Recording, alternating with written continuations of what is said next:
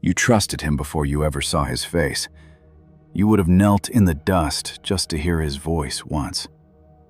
The city already had. In Madrid, they spoke his name with relief. Mothers whispered it over sick children. Dying men asked for him before doctors, and young women blushed without knowing why.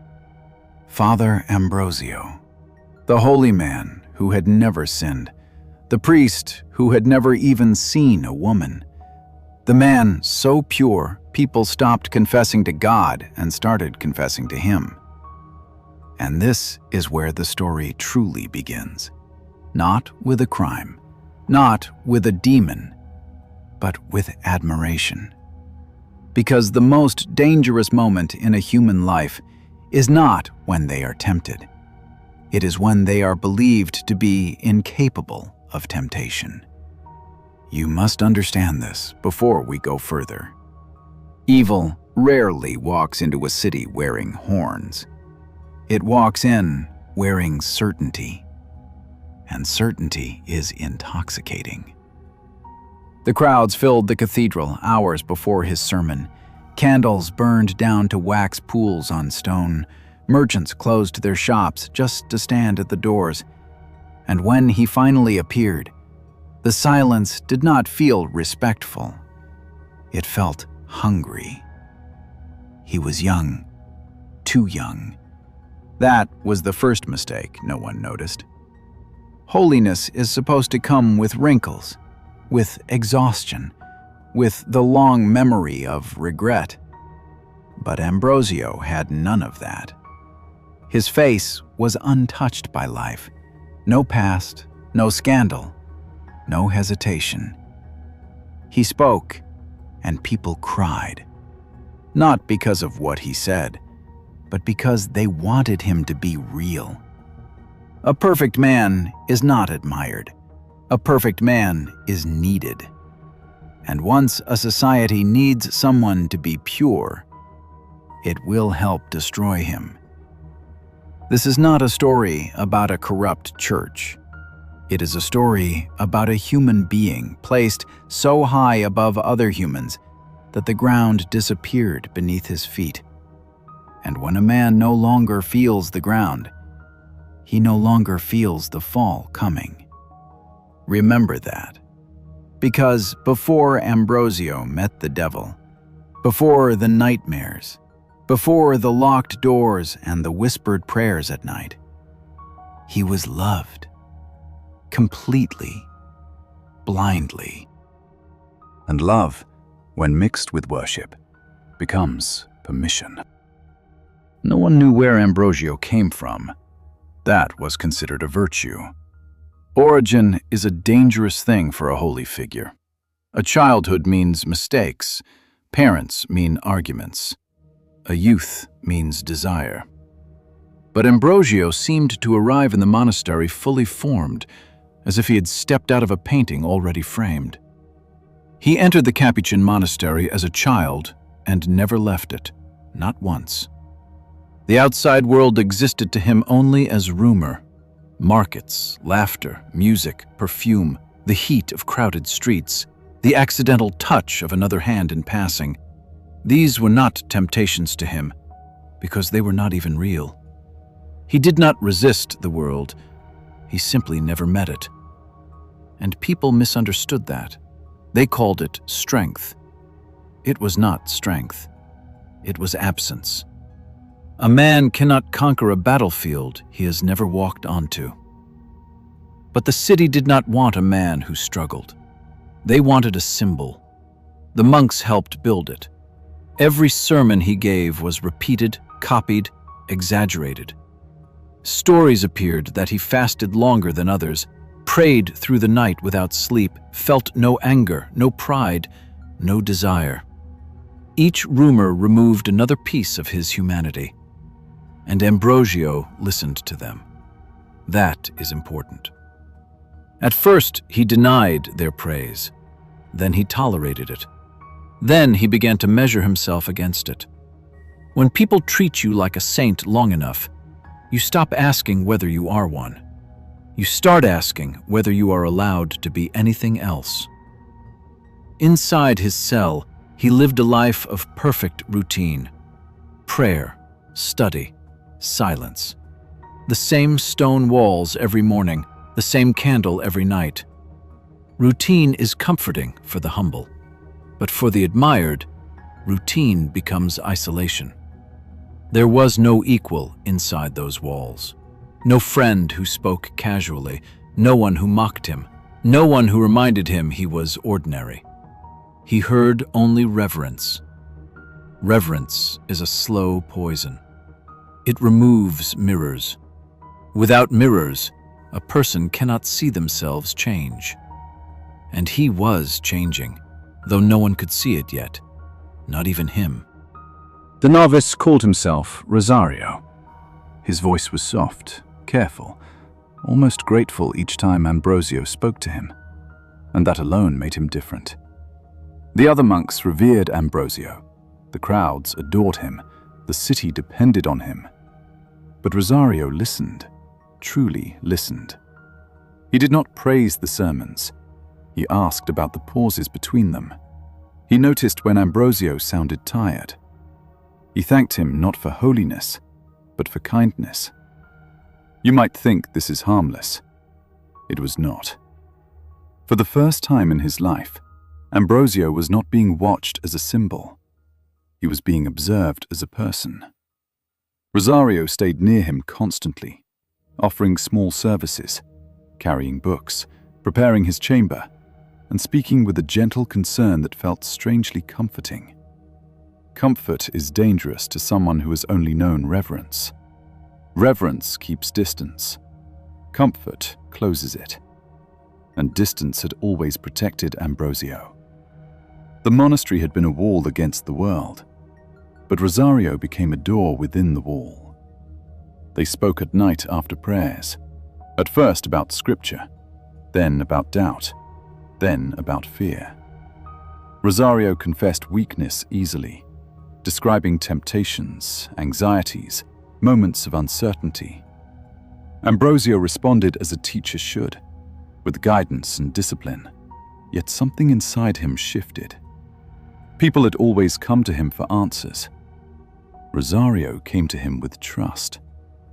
There is a difference. Authority feeds pride.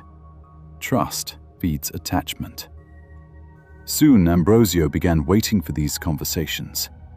He found himself thinking of them during sermons, shortening prayers so they could continue later. He justified it as mentorship, as spiritual duty. Yet his mind lingered on the relief he felt when Rosario entered the room. This was not desire. Not yet. It was dependency. The first crack in the image he carried. Because perfection is isolating, and isolation makes any companionship feel profound. Rosario admired him, but not in the suffocating way of the crowds. He did not kneel. He did not tremble. He simply remained near. And that nearness did something sermons never could. It reminded Ambrosio he was alive. For years, he had been untouched by ordinary human connection. No equal conversation, no shared laughter, no disagreement. Now someone sat across from him in candlelight and spoke without awe. Ambrosio began sharing small thoughts he had never spoken before, harmless ones at first. He admitted exhaustion after preaching. He admitted sometimes he envied the simplicity of lay people. Then one night he admitted something he had never allowed into words. He said he feared he was not truly holy, only careful. Rosario did not react with horror. Rosario did not correct him. Rosario smiled gently and said that holiness without struggle is only distance from opportunity. The words settled deeply. Ambrosio felt relief so sudden it frightened him, because relief means a burden was lifted, and the burden he had carried was perfection. From that moment, he no longer felt alone in his private uncertainty. He had a witness. But a witness changes behavior. Slowly, imperceptibly, he spoke less to God and more to Rosario. Confession moved from the chapel to the chamber.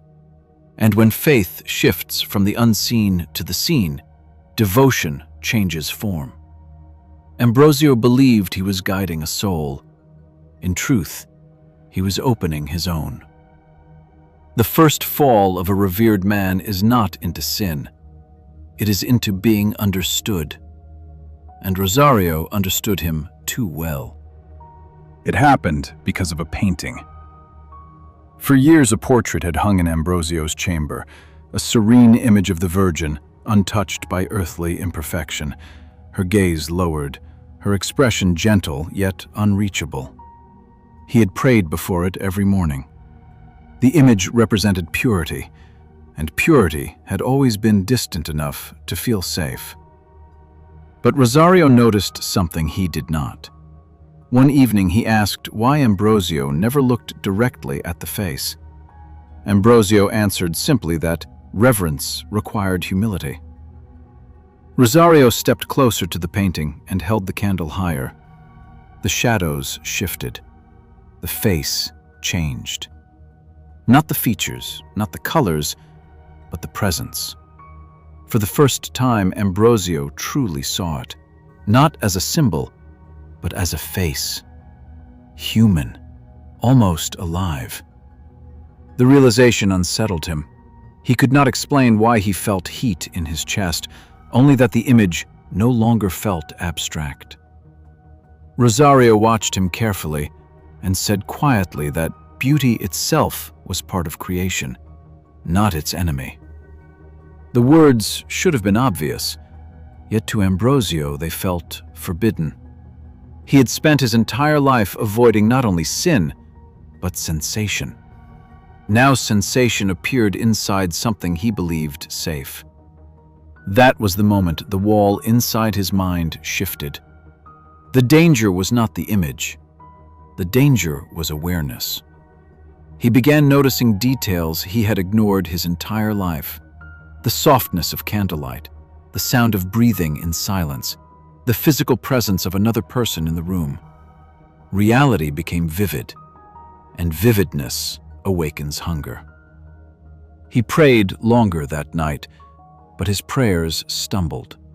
The image returned to his thoughts repeatedly, not with guilt, but curiosity. Curiosity is the first movement of desire, though he did not know it yet.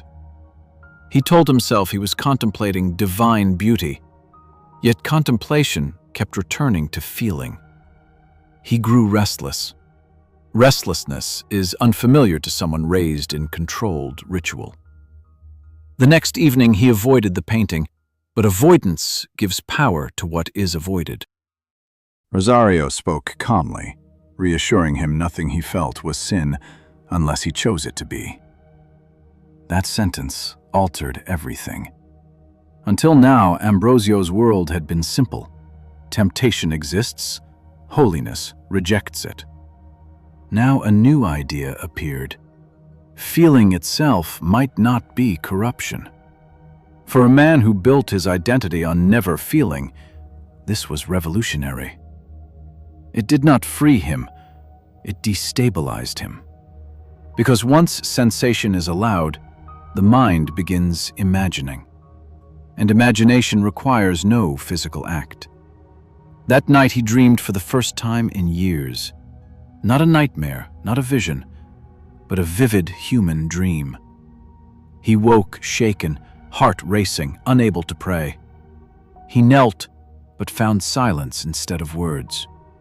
The certainty he had always known did not vanish. It weakened. And weakness in a structure built on perfection is catastrophic. He believed he was standing at the edge of sin. In truth, he was standing at the edge of self-awareness.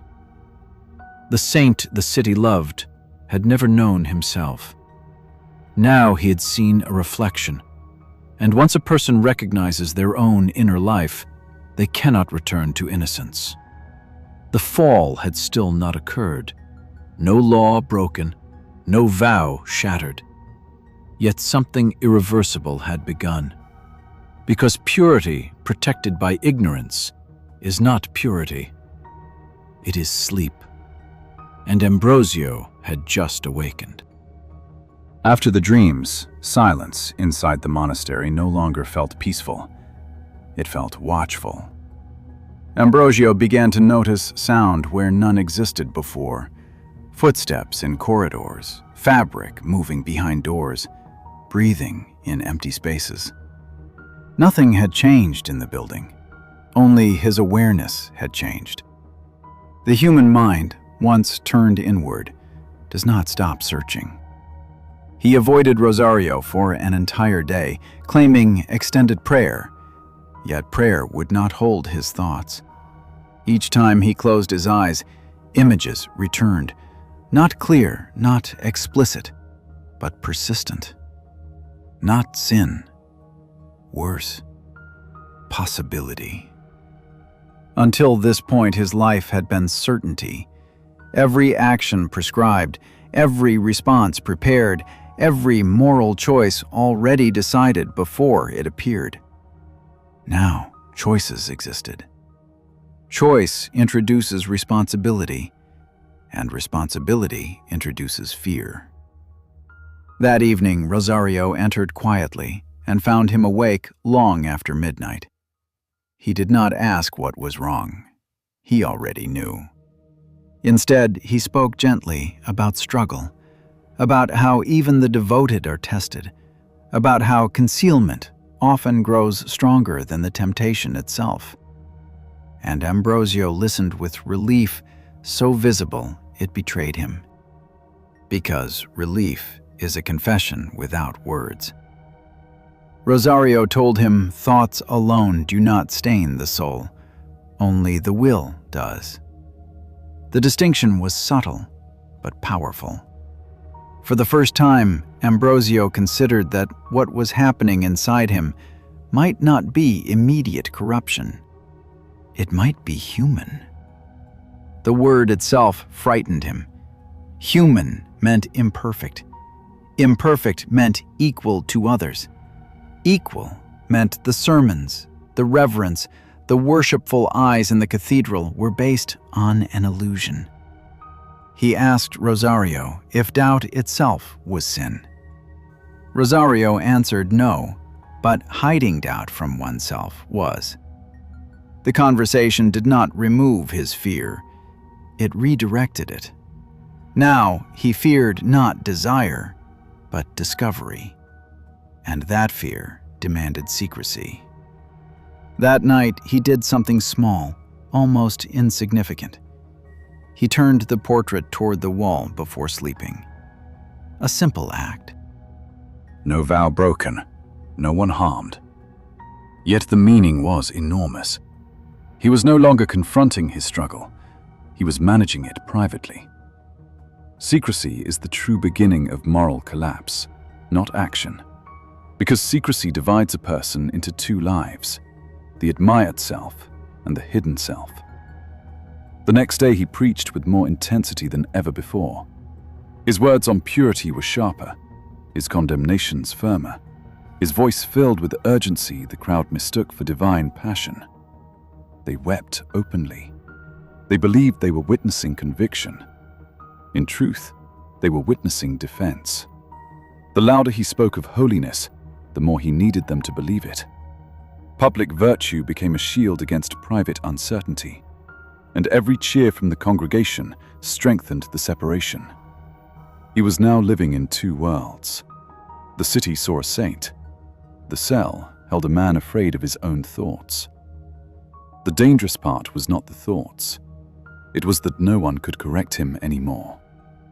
Revered figures lose accountability. No friend questioned him. No superior doubted him.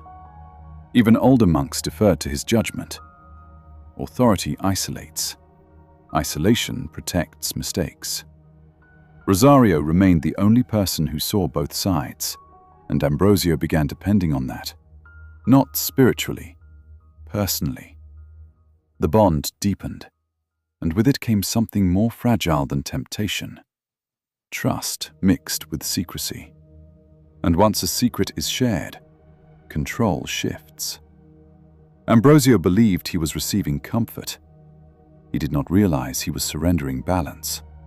Because the moment a man hides himself from everyone except one person, that person becomes his reality. It happened during a storm. Rain struck the monastery roof hard enough to drown conversation. Thunder rolled across the city, and the corridors emptied early as monks retreated to their cells. Isolation, complete and unquestioned.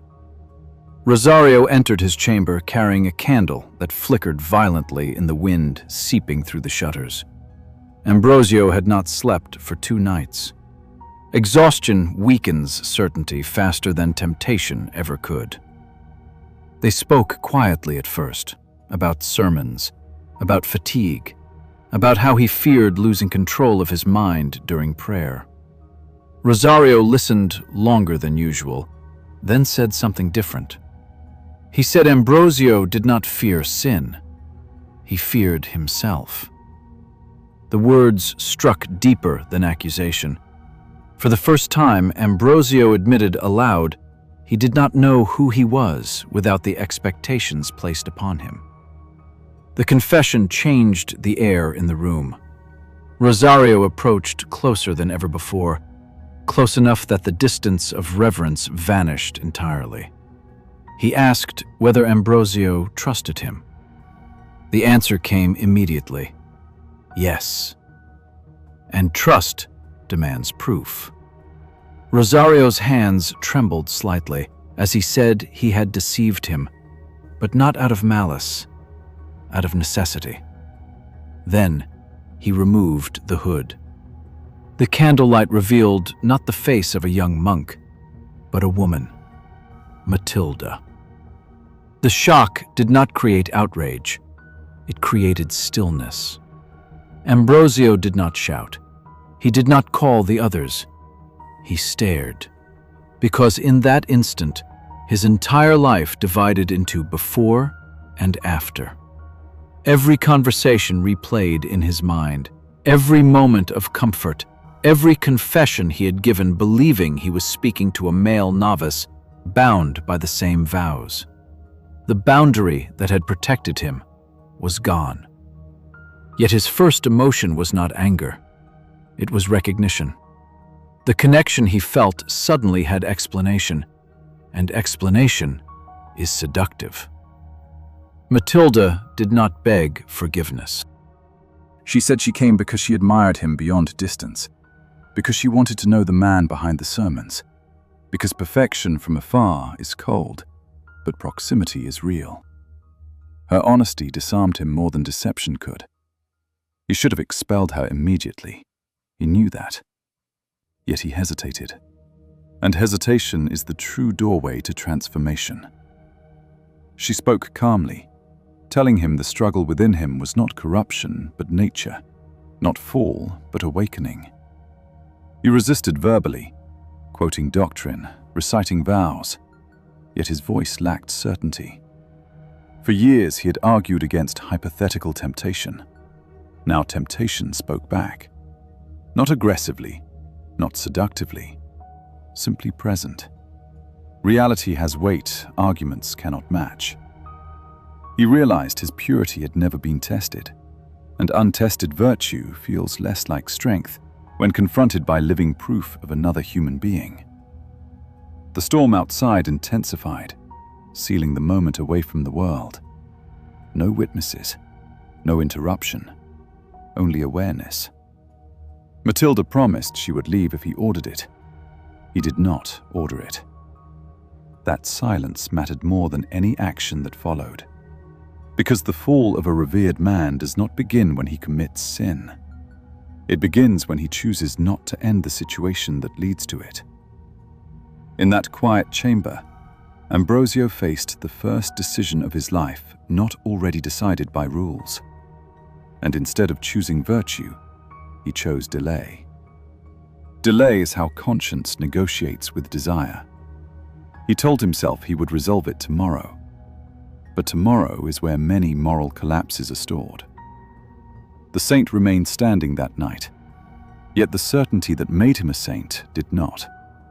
And once certainty breaks, justification begins. Morning came, but relief did not. Light through the shutters should have restored order, yet it only revealed the room exactly as it had been in the night.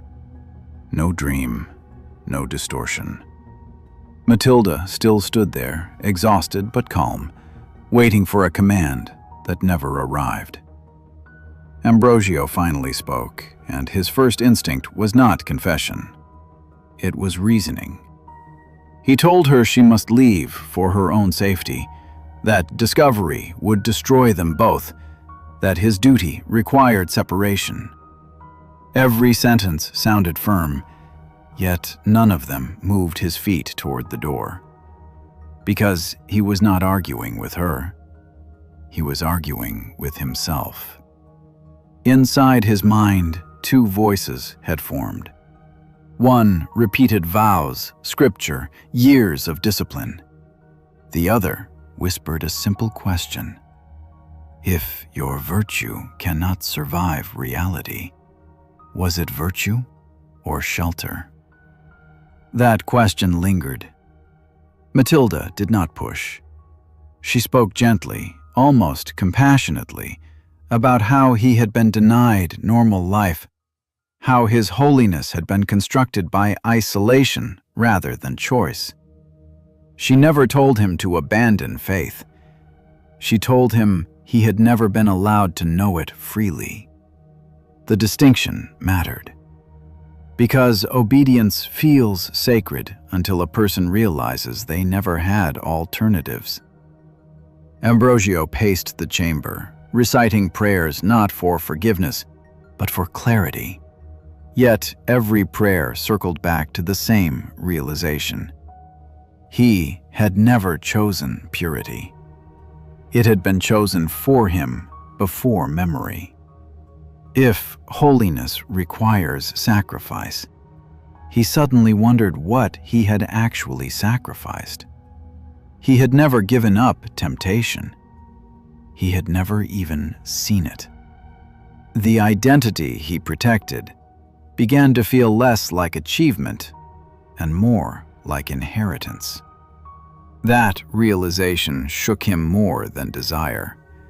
Pride weakened. And once pride weakens, justification appears. He began telling himself remaining in the room was not surrender, it was compassion. He must understand her, guide her, correct her. He framed proximity as responsibility. Humans rarely step into corruption knowingly. They rename it until it becomes acceptable.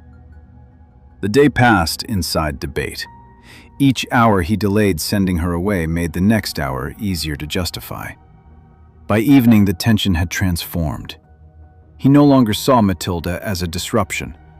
He saw her as a test he could endure. And endurance flatters the ego.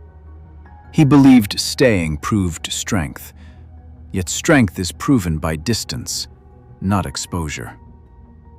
That night his prayers shortened, not intentionally. They simply lost urgency. He was no longer asking how to escape the situation. He was asking how to remain unchanged within it. The difference is subtle, but fatal. A person determined to avoid sin flees temptation. A person determined to preserve self-image stays near it. When darkness returned and candlelight replaced daylight, the chamber felt smaller. Conversation slowed. Silence filled the spaces between words, and silence allows thought to grow vivid. He found himself noticing her presence constantly. The sound of breathing, the warmth in the room, the reality of another human being sharing space after a lifetime alone. It did not feel violent or overwhelming. It felt natural. And that frightened him more than anything else. Because evil he could resist. Natural he could understand. And understanding lowers resistance. The final prayer he spoke that night ended halfway through a sentence. He did not forget the words. He simply stopped needing them. The argument inside him had not ended. It had shifted. He was no longer asking whether he should send her away. He was asking whether sending her away would truly restore who he had been. Deep inside, he already knew the answer. He could not return to ignorance. And once a person realizes they cannot go back, they stop trying to. The decision was not dramatic. No thunder, no sudden declaration. Just a moment so quiet, it almost escaped notice. Matilda reached for his hand, not boldly, not seductively, but gently, as if confirming he was real. His instinct should have been withdrawal. For years, even accidental contact had been avoided. Yet he did not move. The contact lasted only seconds. Seconds were enough. Because boundaries exist in the mind before the body, and the boundary had already weakened long before that touch. He felt not shock, but recognition. A human response to another human presence. The simplicity of it dissolved the terror he had built around it. Nothing shattered. The world did not end. No divine voice interrupted. Reality continued unchanged. That was the most dangerous moment of all, because the consequences he had feared did not immediately appear. Fear sustains restraint. Absence of consequence sustains permission. He withdrew his hand eventually, but slowly, and that slowness mattered. He told himself it proved control. In truth, it proved reluctance to end the contact. He tried to pray afterward, yet the words felt distant, memorized rather than believed. Faith had always been certainty. Now it required effort, and effort reveals cracks. Matilda spoke softly, not of desire, but of understanding, of how the body and soul were not enemies, but parts of the same creation. Her words aligned with what he had begun suspecting, but never allowed himself to articulate. For the first time, doctrine felt abstract and experience felt immediate. Humans trust what they feel more than what they are told. He still resisted openly, insisting the situation must end, yet he delayed again. Delay became habit. Habit became acceptance. As night deepened, conversation drifted from theology to memory, and he realized he had almost none. No childhood friends, no shared laughter, no past beyond stone walls and ritual. His life had been clean, but empty. The realization did not create guilt. It created hunger, not physical, existential. A desire to experience being human at least once without an audience watching. And that desire overpowered fear because it promised identity. Near dawn, exhaustion overcame him. He fell asleep sitting upright, something he had never done before. When he woke hours later, Matilda remained beside him. No scandal had erupted. The monastery functioned as always. Bells rang, monks prayed. The world continued to accept him as a saint. The absence of discovery confirmed a dangerous lesson. He could cross a boundary and still remain admired. Once a person learns they can preserve reputation while altering behavior, conscience loses authority. He stood for morning prayer and realized he was performing. The gestures were correct, the voice steady. The crowd moved as always. Yet inside, something fundamental had shifted. He was no longer protecting purity. He was protecting the image of it. And images require maintenance, not honesty. That morning, when he raised his hands in blessing over the congregation, he felt a strange calm. Not peace, permission. Because the greatest change had already occurred. He no longer feared becoming a different man. He feared being seen as one. And that fear would guide every decision from that point forward. After that morning, Ambrosio did not feel liberated. He felt organized. Something inside his mind rearranged itself with unsettling efficiency. The conflict that had consumed him for days no longer shouted. It reasoned.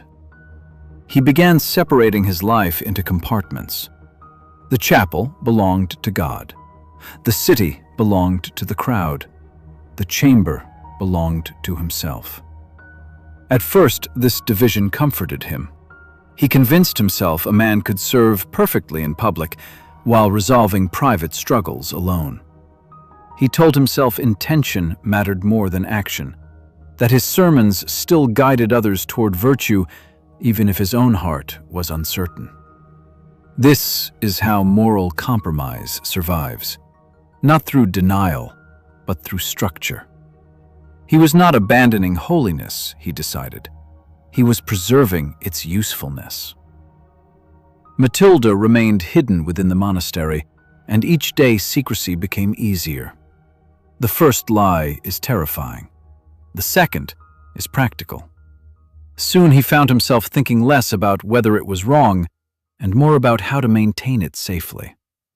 He adjusted his schedule, shortened visits, spoke more forcefully in public to prevent suspicion. The stronger the image, the less the scrutiny. The crowds adored him even more. They interpreted his intensity as deeper devotion. Admiration increased precisely when sincerity decreased, and admiration became reinforcement. Each praise made confession harder. Each tear he inspired in the cathedral convinced him the deception must continue for the greater good. He reasoned that exposing himself would not only destroy him, but shatter the faith of thousands. Therefore, silence became responsibility. Notice what changed. He was no longer protecting himself. He believed he was protecting others from disappointment.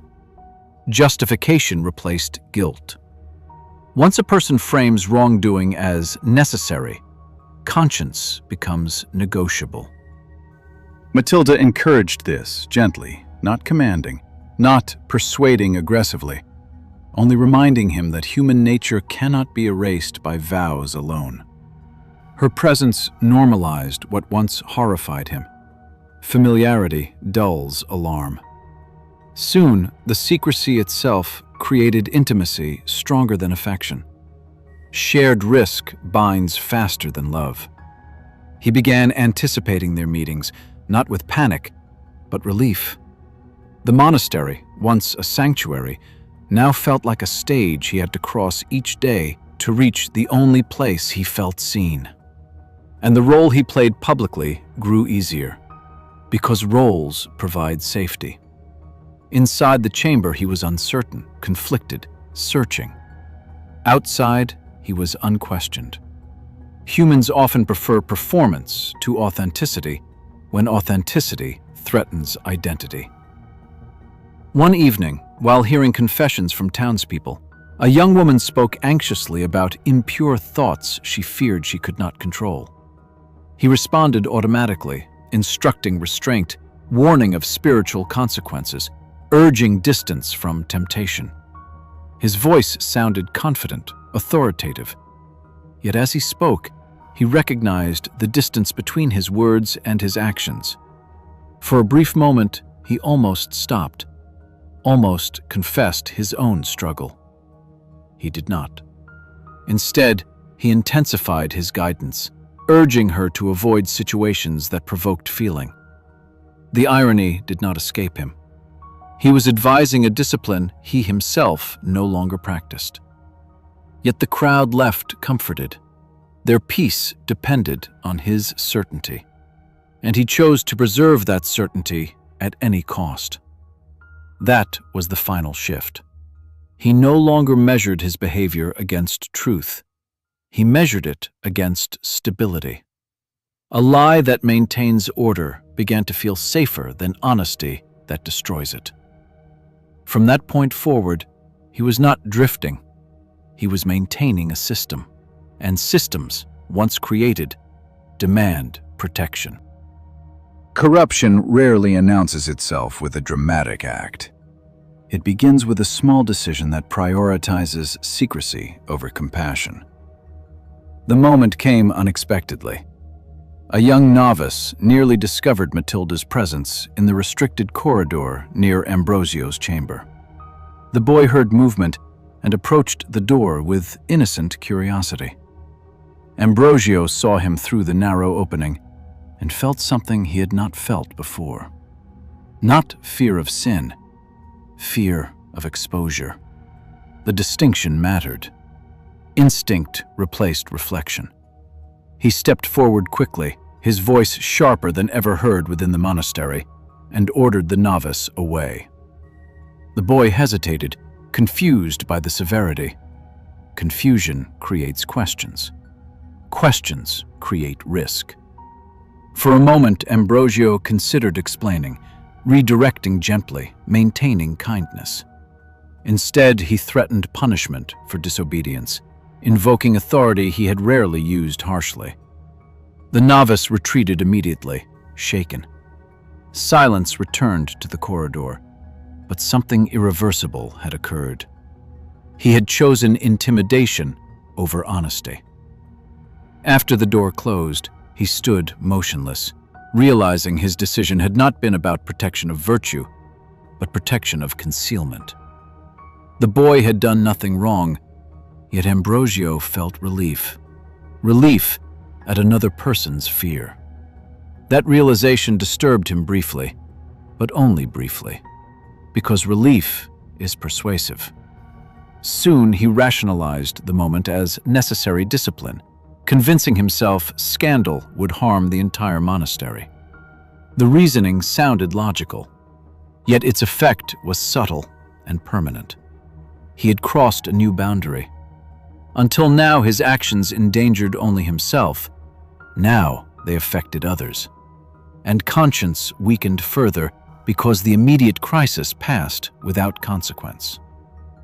The next day, he sought out the novice and spoke calmly, offering guidance and reassurance, framing the incident as correction. The boy apologized repeatedly. Ambrosio accepted the apology, though he knew it was undeserved. Authority allowed him to redefine reality. That was the first harm. Not physical, not violent, but moral. He had used goodness as a shield while practicing deception behind it. The internal discomfort he expected never fully arrived. Instead, he felt an unsettling clarity. Protecting the secret required control. Control required influence. Influence required maintaining reverence. His sermons grew even more powerful after that. Urgency entered his voice, conviction sharpened, and the crowds admired him beyond measure. They saw passion. He felt necessity. Each success validated the lie. And the more effective he became as a spiritual guide, the harder it became to imagine confession. Because confession would not only condemn him, it would invalidate every comfort he had given others. So he continued. The tragedy is not that he suddenly became cruel. It is that he became practical. He began weighing people against consequences, truth against stability, compassion against preservation. And each time preservation won, the next decision came easier. By the end of that week, he no longer asked whether he was still the man he once believed himself to be. He asked only whether anyone could tell the difference. The collapse did not arrive suddenly.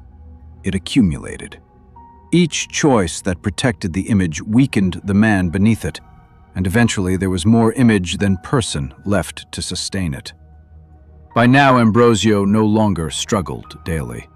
That was the clearest sign of change. Conflict had been replaced by direction. He knew what he would do before situations appeared. He anticipated risk, managed people, avoided witnesses, and justified every decision as prevention of greater harm. He still preached purity with flawless conviction. The congregation never suspected they were hearing a man speaking not from certainty, but from memory. He was repeating beliefs he no longer lived. The distance between word and reality grew so wide that he stopped noticing it. Humans adapt to contradiction faster than to shame. Shame burns. Contradiction organizes. And he preferred order. Yet the mind cannot divide forever without cost. The hidden self, once created, demands expansion. Secrecy requires deeper secrecy. Control requires stronger control. What began as concealment became manipulation. He intervened in situations unnecessarily, redirected conversations, isolated anyone whose curiosity lingered too long near his chamber. Not cruelty, maintenance. That is how he described it to himself. But maintenance changes perspective. People stopped appearing as souls. They became variables, obstacles, risks. And when a person begins evaluating others based on threat rather than compassion, empathy fades quietly. He still prayed each night, though the prayers had changed completely. He no longer asked for purity. He asked not to be discovered. That single difference defined his transformation. Faith had once connected him to something beyond himself. Now it served only to protect himself. One evening, alone at last, he uncovered the portrait he had turned to the wall weeks before. The candlelight revealed the same serene expression as always. Nothing in the image had changed. Only the viewer. He stared at it longer than ever before, expecting guilt, fear, or divine condemnation. Instead, he felt distance, not rebellion, absence. The image no longer judged him because he no longer measured himself against it. He realized with quiet clarity that the saint the city loved had never truly existed. It had been a role constructed by expectation, reinforced by admiration, and maintained by his own fear of losing identity. And now, he understood something far more unsettling. His greatest sin was not temptation, nor secrecy, nor deception. It was preference. At some point along the path, he had stopped wanting to return to who he once was. Because the admired saint had been safe, but empty. The flawed man was dangerous, but real. He did not collapse in tears. He did not cry for forgiveness. He simply stood in the candlelight and accepted the truth he had avoided since the first conversation with Rosario. He had not fallen from holiness in a single moment. He had walked away from it, step by step, each decision reasonable at the time it was made. That is the nature of corruption. It never feels like a leap. It feels like adjustment. The tragedy of Ambrosio is not that he discovered evil within himself. Every human can. The tragedy is that he discovered himself only after he had built an entire world that depended on him never changing. Outside the monastery, the city still slept peacefully, trusting the man who blessed them each morning. Inside the chamber, he finally understood what he had become. Not a monster, not a demon. Something more ordinary and therefore more unsettling. A human being who chose to protect his image longer than his soul. And the moment he accepted that, the fall was complete. Not because others saw it, because he did.